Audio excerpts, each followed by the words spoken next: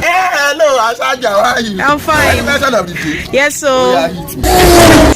how would you feel if you become a citizen of London? How are you feel? Yes, sir. The man laughing my ass now. They whine me. No, sir. I go call them for Nigeria. I go buy 2 school bus for them. May no be like the beef there. Go pet. Go London citizen too much. Make I just become airport citizen. Huh? If I reach Lagos, Governor Abode, hello, how can I help you? I will call Otedola for WhatsApp. Hey, hello, Otedola with the money. You don't share it. Give me your WhatsApp number. Make I send you recharge card. Hey, I'm coming, London.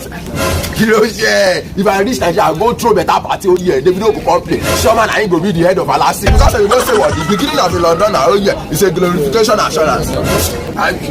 Shut up, brother Shaggy. Which time Oyibo talk that one?